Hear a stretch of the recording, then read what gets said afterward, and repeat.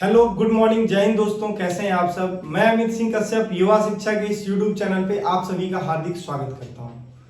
आज हम लोग कॉन्स्टिट्यूशन के सीरीज में पार्ट 3 फंडामेंटल राइट्स को देखेंगे। इससे पहले हम लोगों ने पार्ट 1 और पार्ट 2 देख रखा है। जिन लोगों ने नहीं देखा है पार्ट 1 पार्ट 2 जरूर देख लेंगे, क्योंकि उसी सीरीज में ही हम लोग आगे बढ़ते जा रहे हैं। Part 3 fundamental rights. Fundamental rights को कॉन्स्टिट्यूशन ऑफ इंडिया का मैग्ना कार्टा भी कहा जाता है।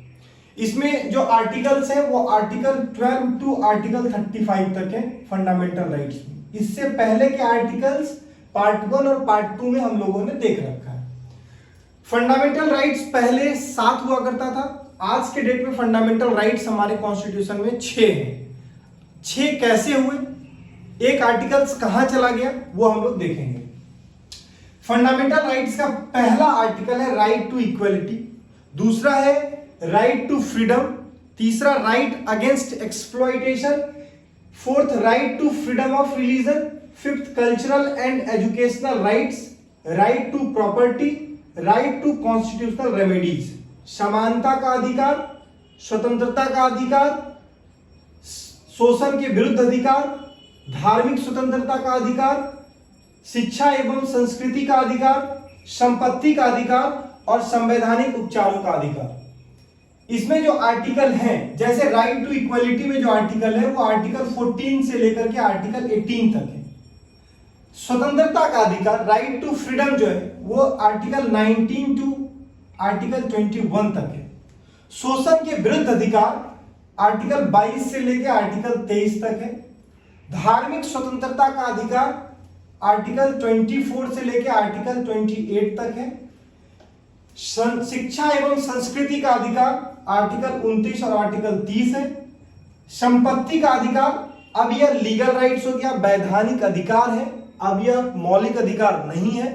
44th कॉन्स्टिट्यूशनल अमेंडमेंट एक्ट 1978 से इसे फंडामेंटल राइट्स की कैटेगरी से हटा करके वैधानिक अधिकार में डाल दिया गया है।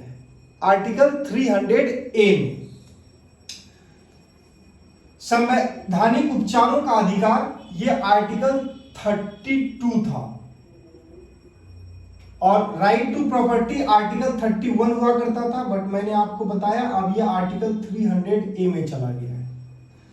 अब हम लोग बारी बारी से सारे आर्टिकल्स को देखेंगे। तो सबसे पहला है राइट टू इक्वलिटी, समानता का अधिकार, आर्टिकल 14 टू आर्टिकल 18। समानता का अधिकार क्या है, तो आर्टिकल 12 और 13 पहले देख लेते हैं, फिर हम लोग 14 से स्टार्ट करेंगे।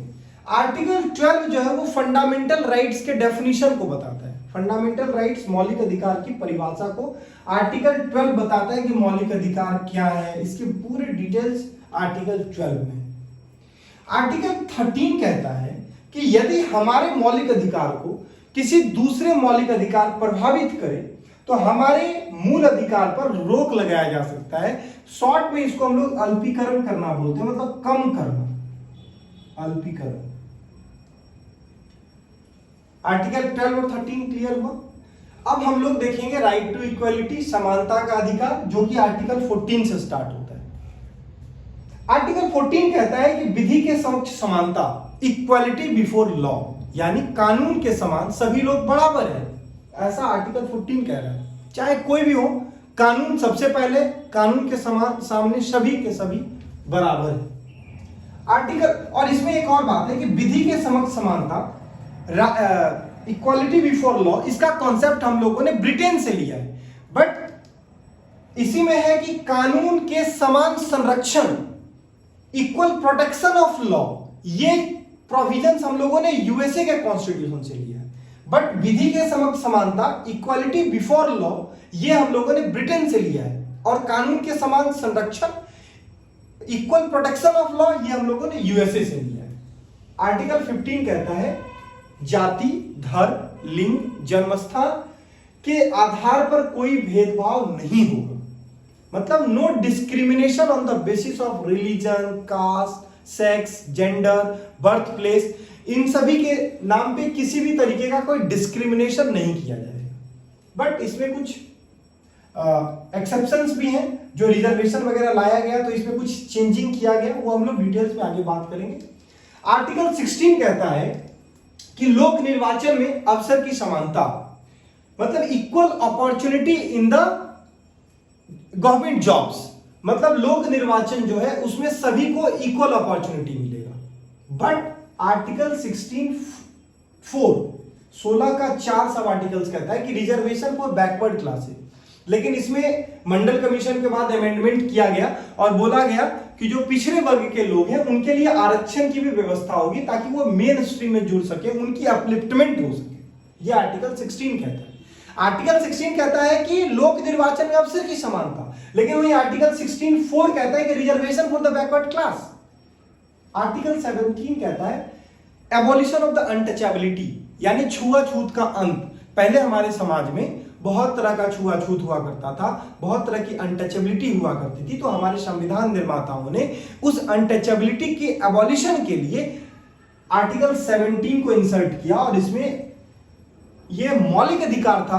अब मौलिक अधिकार लोगों का बन गया है कि अब कोई भी अनटचेबिलिटी मतलब छुआछूत इस तरह का कोई प्रचलन नहीं करेगा, यानी एबॉलिशन ऑफ अनटचेबिलिटी। आर्टिकल 18 कहता है एबॉलिशन ऑफ टाइटल्स, उपाधियों का अंत।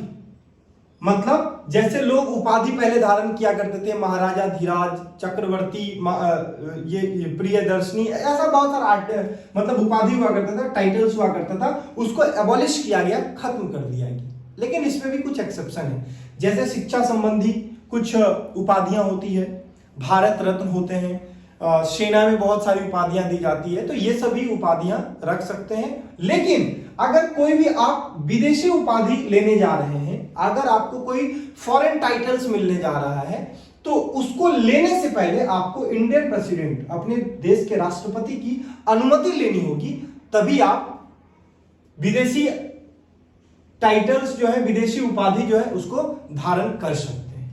बाकी अगला पार्ट हम लोग अगली वीडियोस में देखेंगे। ये 2-3 पार्ट में वीडियोस आएगा, तो आप इस वीडियोस को बहुत बेहतर तरीके से देखिएगा और इसे 2-3 बार तो जरूर देखिएगा ताकि ये पूरे आर्टिकल्स याद हो जाए और ये आपके फंडामेंटल राइट्स हैं, तो इन्हें देखना तो और भी जरूरी है कि आखिर हमारे मौलिक अधिकार क्या हैं। एक इंडियन सिटीजन के तौर पे कॉन्स्टिट्यूशन ने हमें क्या फंडामेंटल राइट्स दिया है, ये जानना बेहद ही जरूरी है। तो बाकी हम अगले वीडियोस में आपसे मिलते हैं, तब तक के लिए जय हिंद।